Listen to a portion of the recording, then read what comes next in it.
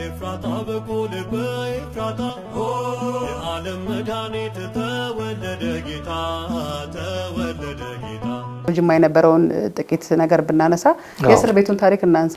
ማን ነገሮት? ስልክ ተደውሏል። ሊታሰሩ እሳቸው የካቶሊክ አባት ሲመረጡ እዛ የመገኘት እድል ነበረው። ያሰረኝ ታስሯል ብዬ እኔ ቂም በቀል መወጣት አለብኝ ወይስ ይቅር ማለት አለ? መሆን የሚፈልጉት የነበረው ትልቅ መሪን ወይም ትልቅ ቦታን መጫወት ነበር።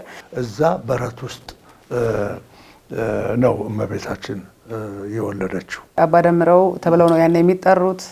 በሞተር ነበር የሚንቀሳቀሱት። ትንሽ መስኮት አለች ላይ በሷ ብቻ ነው ብርሃን የምትገባው። በሷ ትንሽ ወፎች ምኖች አንዳንዴ መጥተው ሰላም ብለውኝ ይሄዳሉ። አገርን ማወቅ ትልቅ ጸጋ ነው። ኤፍራታ በኩል በኤፍራታ የዓለም መድኃኒት ተወለደ ጌታ ተወለደ